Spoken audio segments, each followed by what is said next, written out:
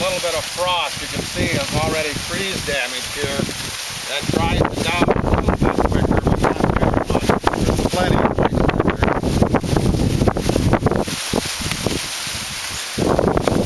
So right away you can see where the milk line is.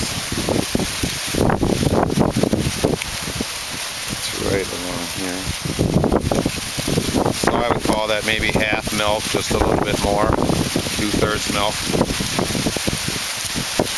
Now this is, I believe, a silage variety.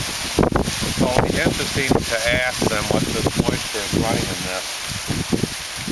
I would guess 65, but I don't know.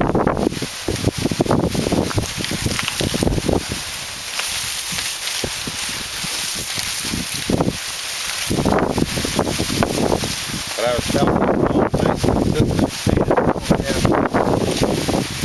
It's like a